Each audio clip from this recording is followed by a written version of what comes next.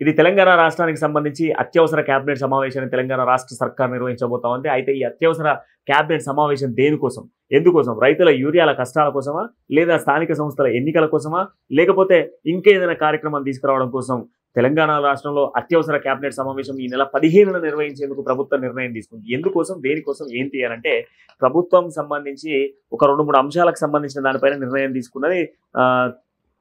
తుమ్మిడెడ్డి సంబంధించినటువంటి బ్యారేజ్కి నిర్మాణానికి సంబంధించిన విషయంతో పాటుగా పంచాయతీరాజ్ ఎన్నికలకు సంబంధించినటువంటి గడువు సెప్టెంబర్ 30 లోపు తెలంగాణ హైకోర్టు ఇచ్చిన గడువు దగ్గర పడతా ఉంది. దీన్ని ఎట్లా ఎక్స్టెండ్ చేయాలి, దాంతో పాటుగా 42% సంబంధించి గవర్నర్ దగ్గరికి పంపిస్తే గవర్నర్ గ్రీన్ సిగ్నల్ ఇస్తాడా ఇయ్యడా తెలియదు. ఆ ఇయ్యని పక్షాన ఏం చేయాలి, ఎట్లా ఎన్నికలకు పోవాలి, ఈ నేపథ్యంలో ప్రత్యేకమైనటువంటి జీవోను విడుదల చేసి స్థానిక సంస్థలకు ఎన్నికలకు వెళ్దామా అన్న అంశాలపైన క్రియాశీలకంగా తీసుకొని ముందుకు వెళ్ళబోతున్న సిచ్యువేషన్స్ కనబడతా ఉన్నాయి. ప్రధానమైనటువంటి ఎజెండాలతోనే ఈసారి కేబినెట్ సమావేశం ఉండబోతా ఉంది. అయితే ప్రధానంగా రైతులకు సంబంధించినటువంటి సమస్యలు కానీ, రైతులకు సంబంధించినటువంటి సమావేశాలు కానీ, రైతులకు సంబంధించినటువంటి ఏ అంశాలపైన కూడా కేబినెట్ సమావేశం ఉండబోట్లేదు. అండ్ దాంతో పాటుగా గ్రూప్ 1కి సంబంధించిన అభ్యర్థుల విషయానికి సంబంధించిన విషయంలో కూడా కేబినెట్ సమావేశం ఉండబోట్లేదు.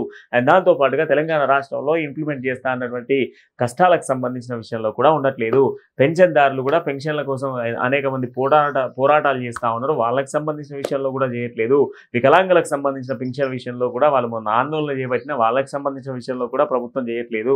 ఇట్లా దేనికి సంబంధించి కాదు, స్థానిక సంస్థల ఎన్నికలపైన తెలంగాణ హైకోర్టు ఆల్రెడీ ప్రభుత్వాన్ని పూర్తి స్థాయిలో నిలదీసే ప్రయత్నం చేస్తూ ఉన్నది కనుక ఆ స్థానిక సంస్థల ఎన్నికల్ని ఎట్లా వాయిదా వేసుకోవాలి, స్థానిక సంస్థల ఎన్నికలకు పోతే ఏం జరగబోతా ఉంది, స్థానిక సంస్థల ఎన్నికల్లో ఏ నిర్ణయం తీసుకోవాలి, స్థానిక సంస్థల ఎన్నికలు ఎట్లా నిర్వహించాలి, ఒకవేళ ప్రభుత్వం పంపించినటువంటి ఆమోదానికి గ్రీన్ సిగ్నల్ పొందకపోతే, గవర్నర్ గ్రీన్ సిగ్నల్ ఇవ్వకపోతే 42% రిజర్వేషన్కి సంబంధించి ఎలాంటి ప్రత్యేకమైన జీవోను విడుదల చేసి ఎన్నికలకు వెళ్ళాలి, ఎన్నికలకు పోతే ఏం జరగబోతా ఉన్నది. నిజంగా మరి ఇంటెలిజెన్స్ రిపోర్ట్ ఇచ్చింది, ఆ ఇంటెలిజెన్స్ రిపోర్ట్స్లో రైతులు వ్యతిరేకంగా ఉన్నారు, విద్యార్థులు వ్యతిరేకంగా ఉన్నారు, మహిళలు వ్యతిరేకంగా ఉన్నారు, వీళ్ళందరినీ వ్యతిరేకంగా ఉంచుకొని స్థానిక సంస్థలకు పోతే మనం గెలిచేటువంటి సిచ్యువేషన్స్ ఉన్నాయా? దాంతో పాటుగా పార్టీలు మారినటువంటి ప్రాంతాలలో చాలా మంది నాయకులు కాంగ్రెస్ పార్టీలో చేరినటువంటి నాయకులకు సంబంధించి అక్కడ ఉన్నటువంటి పాత కాంగ్రెస్ నాయకులంతా కోపంగా ఉన్నారు. వాళ్ళంతా కూడా మరి ఇప్పుడు కాంగ్రెస్ పార్టీకి ఓటేసేటువంటి అవకాశాలున్నాయి. వీటన్నిటిపైన సుదీర్ఘంగా చర్చలు కొనసాగించి ఆ క్యాబినెట్ ఏ నిర్ణయం తీసుకుంటుందని ఆసక్తికరమైనటువంటి వ్యాఖ్యలను బయటికి రాబోతా ఉన్నాయి. నెల 15న అంటే సోమవారం రోజు